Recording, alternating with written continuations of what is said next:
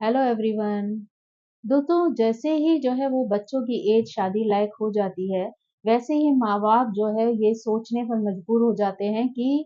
हमारे बच्चों की शादियां जो है वो अरेंज मैरिज होंगी या लव मैरिज होंगी। और कई बार जो है बच्चे खुद भी जो है वो इस उलझन में रहते हैं कि उनकी शादी जो है वो लव मैरिज होगी या फिर अरेंज मैरिज होगी। तो ज्योतिष में जो है वो कुछ ऐसे सूत्र बताए गए हैं जिससे काफ़ी हद तक जो है वो निश्चित किया जा सकता है कि आपके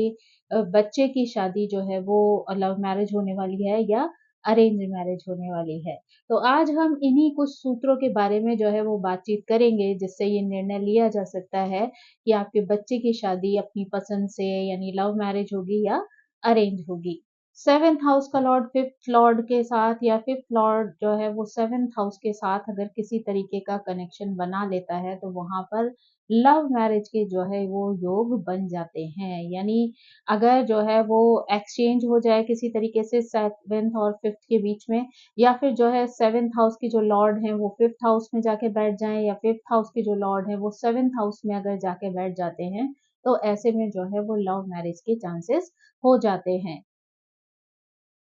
अगर ऐसे में जो है फिफ्थ और सेवेंथ के बीच में अगर साइन का एक्सचेंज हो जाए या नक्षत्र का एक्सचेंज हो जाए, तब भी जो है वो प्रेम विवाह की संभावनाएं जो है वो बन जाती हैं। अगर नवांश में भी जो है फिफ्थ लॉर्ड का संबंध सेवेंथ लॉर्ड के साथ बन जाता है तो यहाँ पर भी प्रेम विवाह की संभावनाएं होती हैं। अगर मान लीजिए जो है वो D1 में जो है फिफ्थ लॉर्ड और सेवेंथ लॉर्ड का कनेक्शन भले ही नहीं दिखाई दे रहा, लेकिन अगर वो जो है फिफ्थ और सेवेंथ के लॉर्ड जो है वो D9 में एक ही हाउस में बैठ जाते हैं, एक दूसरे से कनेक्शन बना लेते हैं, तो यहाँ पर भी जो है वो प्रेम विवाह के जो योग हैं वो दिखाई देते हैं या उनकी संभावनाएं जो है वो अधिक हो जाती हैं। अगर लग्न का संबंध जो है वो फिफ्थ लॉर्ड के साथ हो जाता है, तब भी जो है वो प्यार और रोमांस को जो है वो देखा जा सकता है। यानी अगर जो है लग्न के जो लॉर्ड हैं वो फिफ्थ हाउस में बैठ जाए या फिर फिफ्थ हाउस का लॉर्ड जो है वो लग्न में बैठ जाए, तो ऐसे में जो है वो प्यार को जो है या लव मैरिज को जो है वो देखा जा सकता है। अगर जो है लग्न लॉर्ड जो है वो सेवेंथ हाउस में हो और सेवेंथ लॉर्ड जो है वो लग्न में बैठे हों, तब भी जो है वो इस ओर इंगित करता है कि यहाँ पर जो है पार्टनर का चुनाव जो है व्यक्ति स्वयं जो है वो कर सकता है। अगर जो है फिफ्थ लॉर्ड जो है वो इलेवेंथ लॉर्ड के साथ संबंध बना लेते हैं, एक्सचेंज कर लेते हैं, यानी इलेवेंथ लॉर्ड जो है वो फिफ्थ हाउस में बैठे हो या फिफ्थ लॉर्ड जो है वो इलेवेंथ हाउस में बैठे हो,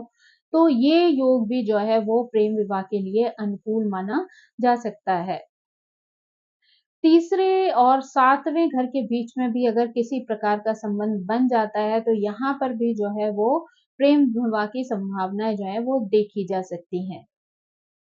यानी थर्ड लॉर्ड जो है वो सेवेंथ हाउस में हो या सेवेंथ हाउस के लॉर्ड जो है वो थर्ड हाउस में हो, यानी दोनों के बीच में जो है वो एक्सचेंज वाली जो है सिचुएशन आ रही हो, तो यहाँ पर भी जो है प्यार और रोमांस की जो है संभावनाएं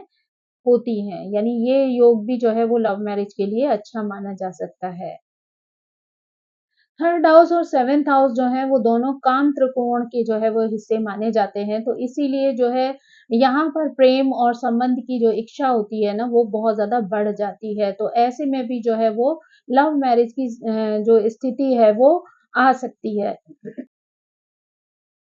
फिफ्थ हाउस में अगर चंद्रमा हो या फिफ्थ हाउस में जो है वो बुध हो, तो ये भी जो है वो एक रोमांस के लिए अच्छा जो है वो योग माना जा सकता है। यानी ये ग्रह अगर यहाँ पे मौजूद है, यानी चंद्रमा या फिर बुध, और ऐसे में किसी मेल्फिक ग्रह की दृष्टि अगर यहाँ पर नहीं पड़ रही है, यानी शनि की या केतु की जो है दृष्टि यहाँ पर नहीं है, या किसी तरीके से वो दोनों ग्रह पीड़ित नहीं है, तो यहाँ पर भी जो है वो लव मैरिज के चांसेस जो है वो बढ़ जाते हैं। तो अगर आपके सेवेंथ हाउस या फिफ्थ हाउस में शुक्र हो, चंद्रमा हो या राहु जैसे ग्रह हो, तो यहाँ पर भी प्रेम विवाह की संभावनाएं बढ़ जाती हैं। अगर जो है मंगल और शुक्र का कॉम्बिनेशन कहीं पर बन रहा हो, यानी थर्ड हाउस में, फिफ्थ हाउस में, सेवेंथ हाउस में या इलेवेंथ हाउस में, तो यहाँ पर जो है वो लव मैरिज के चांसेस जो है वो स्ट्रांग हो जाते हैं, यानी लव मैरिज की संभावनाएं होती है। यानी मंगल और शुक्र की युति जो है वो कई बार आपके कार्मिक पार्टनर को भी दिखाती है। तो ऐसे में जो है आपको कोई ऐसा पार्टनर मिल सकता है जो आपके पास्ट लाइफ से आया हुआ हो। तो ऐसे में जो है वो प्रेम विवाह की संभावनाएं जो है वो और भी मजबूत हो जाती हैं। और अगर यहाँ पर जो है वो कोई आ, ऐसा जो है वो संकेत हो, यानी वृश्चिक राशि हो, तुला राशि हो, मीन राशि हो, यानी किसी भी तरीके की जलीय राशि जो है वो अगर यहाँ पर मौजूद है, तो और भी ज़्यादा ये स्थिति जो है वो स्ट्रॉन्ग हो जाती है। शुक्र राहु का योग भी जो है वो कई हद तक जो है वो प्रेम विवाह के लिए अनुकूल माना जा सकता है। यानी अगर मंगल और बुध की जो है वो राशि में अगर शुक्र और राहु जो है वो संयोग बना रहे हो, तो ऐसे में जो है प्रेम विवाह के चांसेस बहुत अधिक होते हैं।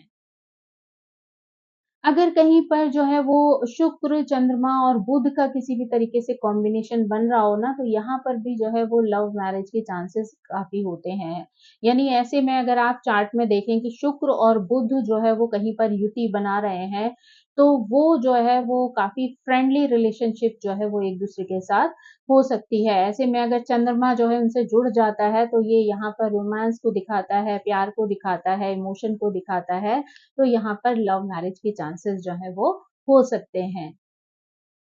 7th हाउस में जो है चंद्रमा हो या शुक्र हो, तो वहां पर भी जो है वो लव मैरिज की जो है वो स्थिति बन सकती है।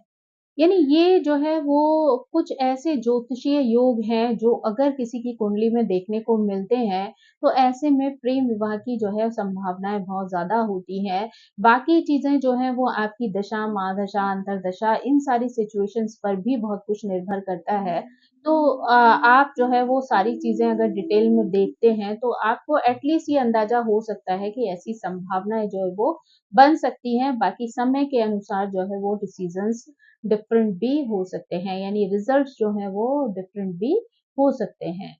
मान लीजिए शुक्र और राहु का जो संयोग है वो आपके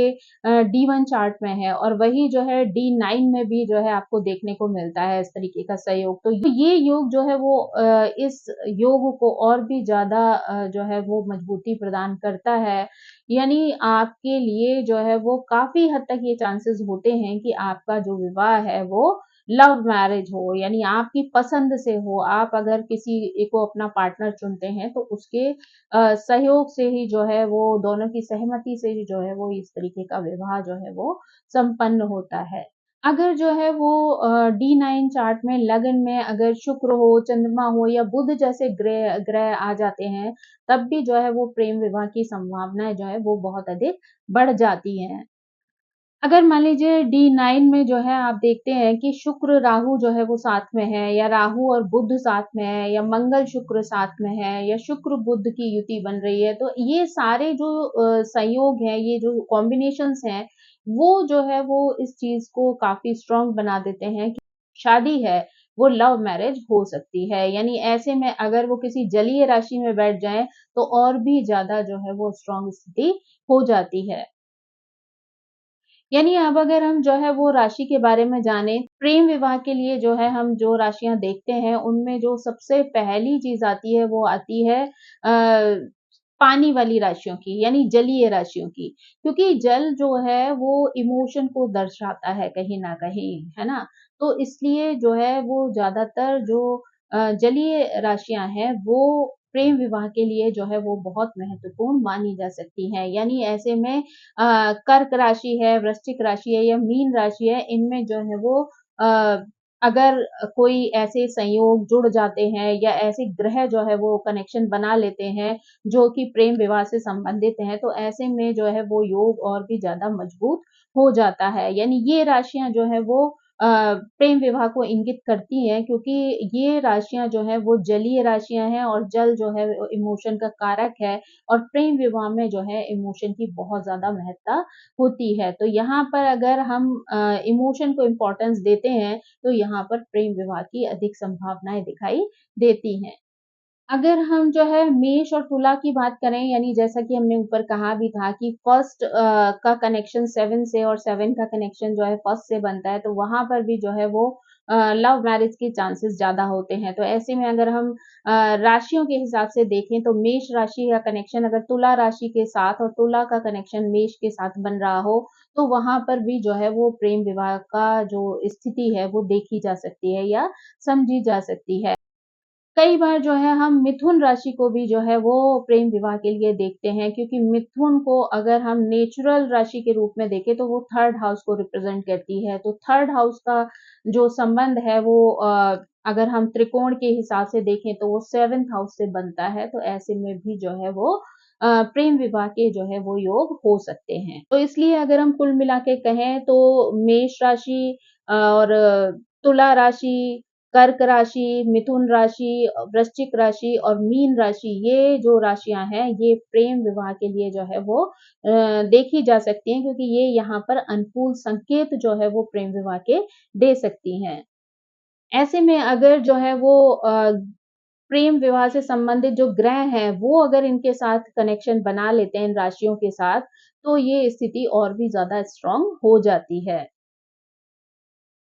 प्रेम विवाह के लिए अगर हम सबसे महत्वपूर्ण ग्रहों की बात करें ना, तो शुक्र को जो है अगर हम किसी मेल मेंबर के लिए देख रहे हैं तो हम यहाँ पर शुक्र को अगर देखेंगे तो वहाँ पर हमें प्रेम विवाह के जो है वो संकेत दिखाई दे सकते हैं, क्योंकि शुक्र जो है वो नेचुरल कारक है प्रेम का और रिश्तों का। तो ऐसे में अगर वो किसी ऐसे हाउस के साथ या किसी ऐसी राशि के साथ कनेक्शन बना लेता है जो कि प्रेम विवाह की ओर इंगित करती हैं, तो ऐसे में ये योग जो है वो और ज़्यादा महत्वपूर्ण हो सकता है। ये आपके प्रेम विवाह के योग को जो है वो और भी ज़्यादा महत्वपूर्ण बना सकता है। लघु नाड़ी ज्योतिष में जो है वो मंगल को एक स्त्री के पति के रूप में जो है वो देखा जाता है या महत्वपूर्ण माना जाता है। तो ऐसे में अगर हम किसी महिला का चार्ट देख रहे हैं तो यहाँ पर जो है वो मंगल की स्थिति भी जो है वो आपको लव मैरिज की स्थिति के बारे में जो है वो क्लियर कर देती है, यानी पुरुष की ऊर्जा और प्रेमी के बारे में जो है वो बताती है। तो ये भी जो है एक महत्वपूर्ण ग्रह जो है वो प्रेम विवाह के लिए माना जा सकता है। तो ऐसे में अगर शुक्र और मंगल का संयोग बन जाए तो ये एक बहुत ही स्ट्रांग स्थिति बन जाती है जो है वो प्रेम विवाह को लेकर। साथ ही जो है अगर हम तीसरा ग्रह देखें तो राहु ग्रह एक ऐसा ग्रह है जो लव मैरिज के चांसेस देता है, यानी राहु की शुक्र के साथ युति हो जाए, किसी ऐसे हाउस के साथ युति हो जाए या फिर जो है यानी फिफ्थ और सेवेंथ के साथ अगर कोई कनेक्शन बन जाता है ना? राहु की चंद्रमा के साथ युति हो जाए या फिर जो है राहु की बुध के साथ जो है युति हो जाए, तो काफ़ी जो चांसेस रहते हैं वो लव मैरिज के रहते हैं। तो ऐसे में जो है यहाँ पर ये स्थिति भी हो जाती है कि जो राहु है वो आपको परंपराओं से हटकर विवाह करने की स्थिति में डाल देता है। तो जनरली जो लव मैरिजेज़ होती हैं वहाँ पर ऐसी सिचुएशंस हो सकती हैं जो कि समाज के द्वारा स्वीकृत ना हो। तो यहाँ पर जो है आप देख सकते हैं कि बहुत सारे लोगों की जो है वो इंटर कास्ट मैरिज हो सकती है, इंटर रिलीजन मैरिज हो सकती है, विदेश में किसी दूसरे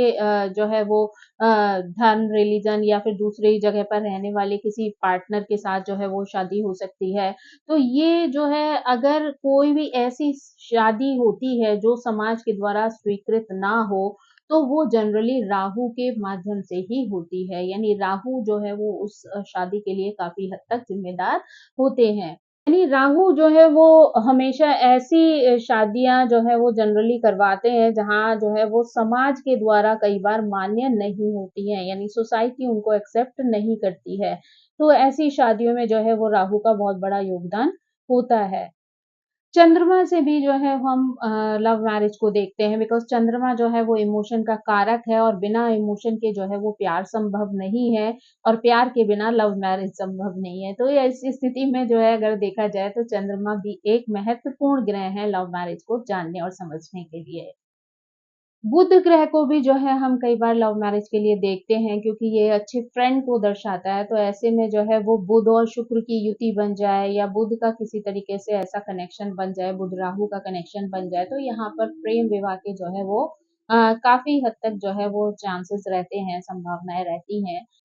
यानी जैसे अगर कहा जाए ना तो बुध और चंद्रमा ऐसे ग्रह नहीं है जो डायरेक्ट अपने आप से जो है वो शादी का जो है वो संयोग बना दें या लव मैरिज की स्थिति बना दें। लेकिन कई बार ये दूसरे ग्रहों के साथ मिलकर या दूसरी राशियों के साथ जो है संबंध बनाकर ऐसी स्थितियाँ जो है वो पैदा कर देते हैं जहाँ पर कि लव मैरिज के चांसेस जो है वो बढ़ जाते हैं। अब अगर हम जो है वो हाउसेस की बात करें ना तो फिफ्थ हाउस जो है वो काफ़ी महत्वपूर्ण होता है ऐसी शादी के लिए, क्योंकि जो फिफ्थ हाउस है वो आपके स्नेह को, रोमांस को जो है वो दिखाता है, इंगित करता है। तो ऐसे में जो है अगर कोई भी ऐसा ग्रह जो है वो फिफ्थ हाउस के साथ संबंध बना लेता है जो कि प्रेम विवाह के लिए इम्पोर्टेंट है, तो ऐसे में जो है वो प्रेम विवाह की संभावनाएँ बहुत ज़्यादा बढ़ जाती हैं। साथ ही जो है सेवेंथ हाउस भी जो है वो इसके लिए बहुत महत्वपूर्ण माना जा सकता है। अगर सेवेंथ हाउस के साथ भी ऐसे ग्रहों का संबंध बन जाता है जो इमोशन पर बेस्ड हो या फिर जो है वो किसी तरीके से जो है वो रोमांस को, प्यार को दिखाने वाले हों, तो ऐसे में भी जो है वो प्रेम विवाह की संभावनाएँ रहती हैं। यानी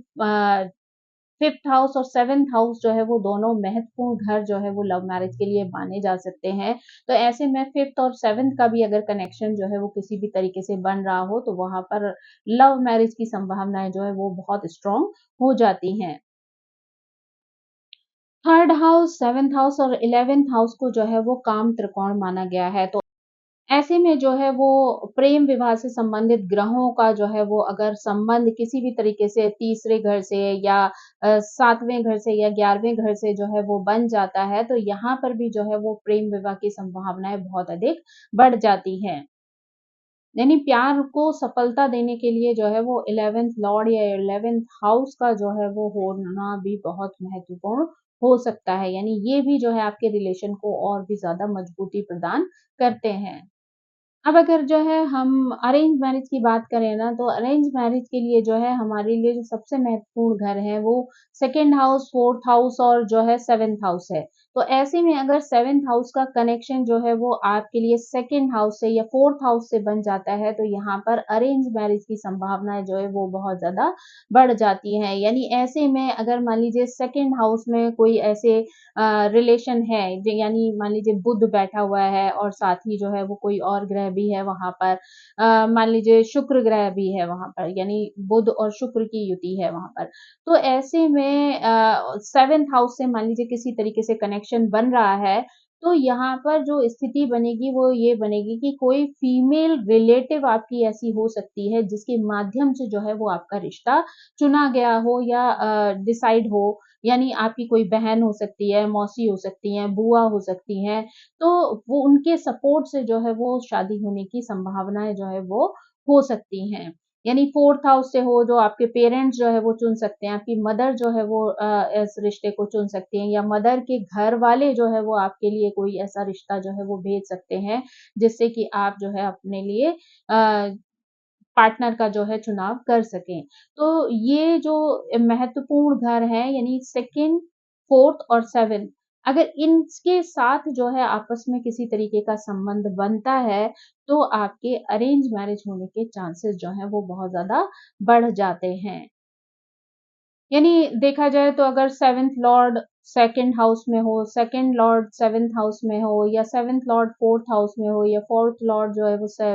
7th हाउस में हो या किसी भी अन्य तरीके से वो अगर किसी तरीके से एक-दूसरे के साथ संबंध बना रहे हैं, तो ये जो स्थिति है वो काफ़ी स्ट्रॉन्ग हो जाती है कि आपकी शादी जो है वो